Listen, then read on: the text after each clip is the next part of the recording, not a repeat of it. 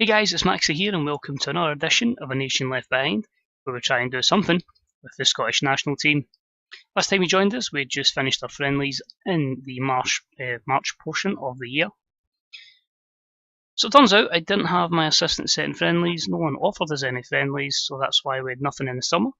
So we're straight into the Nations League. Our Nations League group in Division C will consist of Montenegro, Hungary and Romania. Quite difficult when you compare other groups within this particular Nations League. If it lets me show you Group 4, Albania, Estonia, Israel and Serbia. If we'd have taken Serbia's slot, that would have been so much easier. But that is what it is, so we will go with that. And our first group game, of course, is today at home to Montenegro. So before we kick in, thanks as always for watching, it's much appreciated. If you enjoyed the episode, thumbs up, you hated it, thumbs down. Any comments on this, what your hopes are for FM19, what you'd like to see in the channel in FM19. Let's crack on, let's actually win a game with Scotland. So we're changing it up, Tierney's going to sit back, it is going to be a 4-5-1 again, but more emphasis on it being a 3 up top. Not the OP 3 up top we all know about in this game, but with 2 wingers. So Craig Gordon in goals.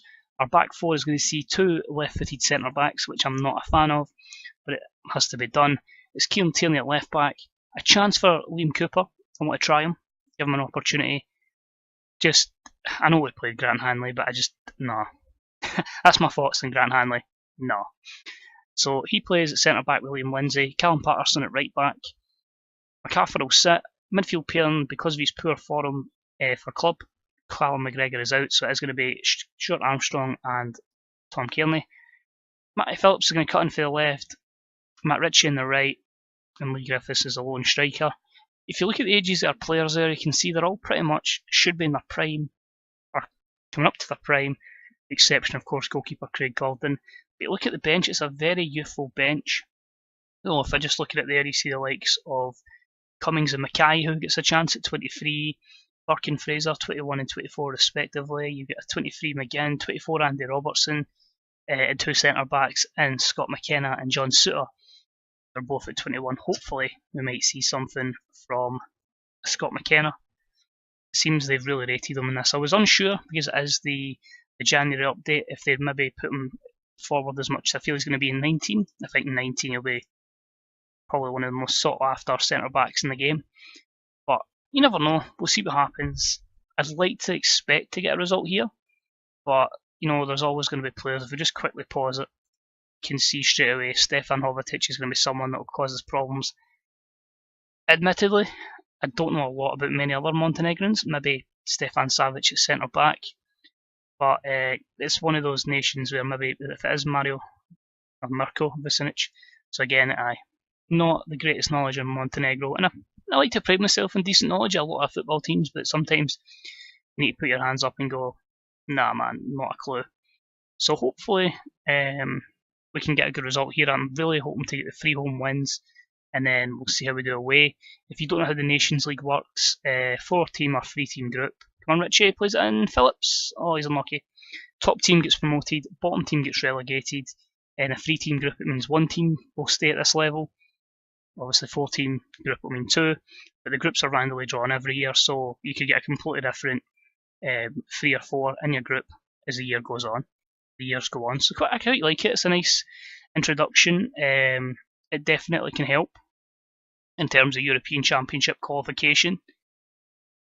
The reason I go with that is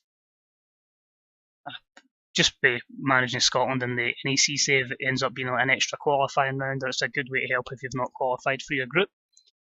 So if you're in maybe say Group A, but for some reason you've bottled qualifying, so something like Italy or Holland who have bottled qualifying, it gives them like a second opportunity. If they can get good results there, then they'll seek to be looking good for qualification. So far, it seems like it's been a good episode to plug the Nations League and let you know what to expect when it debuts this year. Of course, I think it starts in pretty much the same time here, actually, September. So your next international break. And of course, we don't know how to defend, as Stefan Jovetic again gets ahead of defenders. It's just such a problem position for Scotland. And there's not many coming through, which is worrying. 9 chances, they've had 5, 1 shot on target. you got to worry about that, and that's pretty poor performance from Lee Griffiths. Worrying to see as well the likes of Lee Griffiths being frustrated, Matt Ritchie being uninterested, and a lot of players just not happy. So let's change it up a little bit. I think we're going to get rid of... what can we get rid of? Because she's only got a couple of subs to make. I think, realistically, we're going to go with the fullbacks, just put them as wing-backs and bomb forward. MacArthur, you're going to have to sit really, really deep, maybe even as a half-back, just properly protecting that defence. Sacrificed will be the two wingmen, so I think what we'll try and do is we'll put Jason Cummings up alongside Griffiths, put him as a deep line, which is his best role as an advanced forward as well. Do you know what? We'll try two advanced forwards, just make sure we're getting things in the box for them. And let's try... I know Mackay's predominantly a winger, he can play in the 10 as well. I want to try him in the 10. Let's try him as an AP. But would be his best role. And it's not really comfortable. We'll try him there. As I say, it's a good thing to try as well.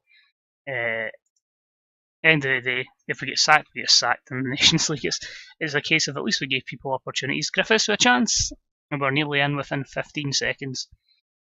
So it's probably a bit of annoyance we didn't have those two extra friendlies, because that's when I could have probably thrown them in, but we'll have to deal with it here. Armstrong, off the post. It's either bad luck or good luck in this. There's never just a normal thing that happens. It's always hit the post a lot, or have a big shot that somehow deflects off the goalkeeper's back, or take 3 penalties before we score. It's always eventful. But we'll keep pushing. We'll see what happens as Gordon will fire this long. This is a worry about Nodal having a big man, but somehow Mackay wins it. And Jason Cummings just by the post. So we've only having one more change. I don't know where to really make that, if it's going to have to be tactical, or if we maybe need to take off Griffiths because he's not playing well. But the system's working well. Mackay, that's a poor ball.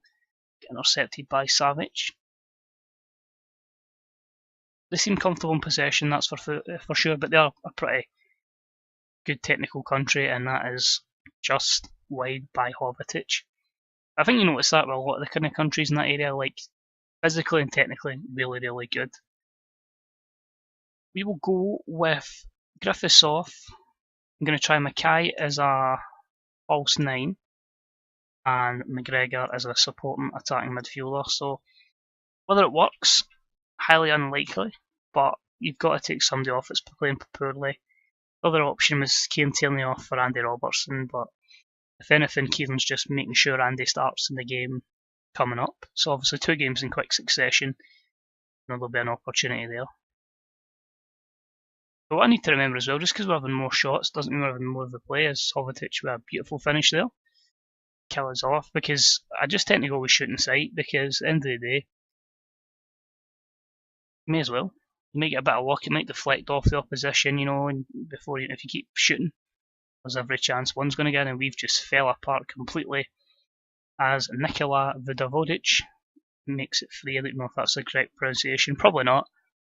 But back to the drawing board again, but what I will say is more possession, 15 shots, 1 on target, 0 clear-cut chances. So they've basically had a couple of clear-cut chances. They've taken every one of them. We just seem to lack a bit of composure, maybe. That's what's costing us. So it's going to be back to the drawing board again. And one bad result pretty much sets you up for a upwards battle in the Nations League. It feels like if you maybe have 1 bad result, you can reclaim it, but 2, and it's kind of cutting. So we are really going to push on. It's a great ball from Armstrong. And Cummings, he's got to score that 1-on-1 against Advert. And unfortunately, on this occasion, he bottles at Cooper. A good chance there.